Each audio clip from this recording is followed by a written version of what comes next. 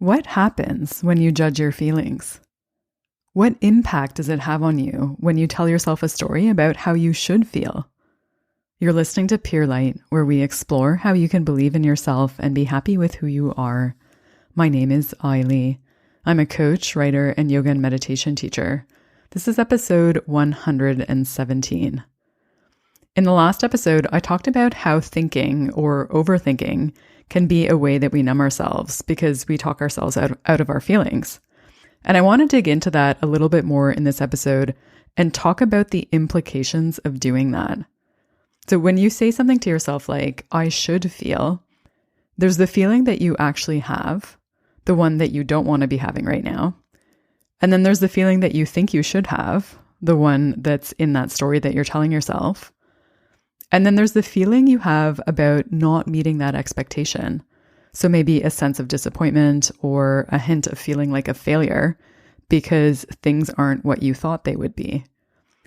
And then there's also probably some resistance to the feeling you actually have, to that initial feeling, because you want it to go away and make room for the feeling that you think you should have. So it isn't just the initial feeling anymore. It's all the feelings that get layered on top of that, which can make it hard to process. So when you say something to yourself like, I should feel, on top of confusing the original feeling with all of that stuff you're layering on top of it, you do a couple of things. So when you tell yourself a story about how you should feel, you end up in your head because you actually stop focusing on the feeling, on feeling the feeling. Because with that single statement, you end up thinking about your feelings instead of experiencing them directly. So thinking becomes a way of numbing because you're no longer experiencing the feeling, you're just analyzing it mentally.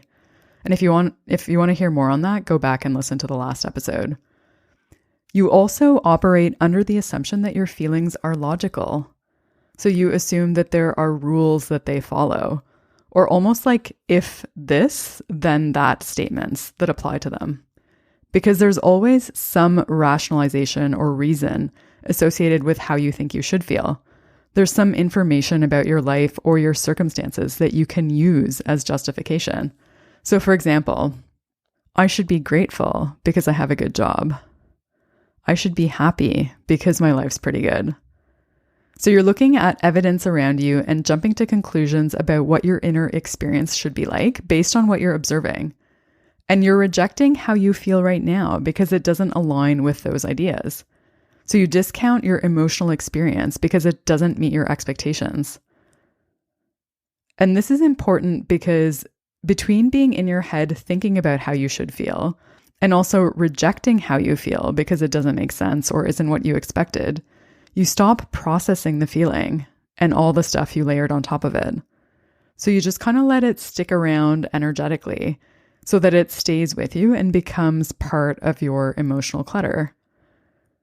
So those are some of the issues associated with telling yourself how you should feel. You layer the additional feelings on top of the original feeling. You numb yourself because you're going into your head. And then you also reject the feeling because it doesn't make sense. Even though by doing that, you shut down emotionally and stop processing. And in so doing, you keep that energy with you. But the biggest issue with telling yourself how you should feel, from my perspective, is this. You create and reinforce the idea that you should be different than you are. So you perpetuate the idea that there's something wrong with you and how you're feeling.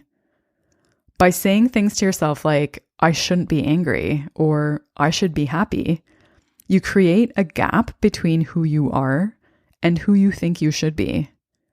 You create the idea in your mind that there's an ideal self that you should be, who would feel the way that you expect it to feel. So you end up fueling the mental habit of judgment, and specifically self-judgment. The problem is not how you feel. It's just the idea that you should feel a certain way, which is an idea that exists only in your mind, and it only exists when you create it with that statement that says, I should feel whatever that is. Because before that statement, that idea didn't exist. Feelings aren't logical. They aren't things that you can process in your head by thinking about them or analyzing them. You have to work through them experientially and experience them directly. When you judge them, you're judging yourself and rejecting valuable information that you can use to fuel your decisions and moving forward. And there's a bigger danger in telling yourself how you should feel. The bigger danger in telling yourself that you should feel a certain way is that the mind often looks for an explanation for why things are the way that they are. So it may go into something like, I should be happy, but I'm not happy. Why aren't I happy? What's wrong with me? And as soon as you get to that kind of inner dialogue, the mind can spin out of control pretty quickly. Because when you ask questions like, why aren't I happy? What's wrong with me? The mind will look for ways to justify or rationalize why things are the way that they are. It'll look for answers.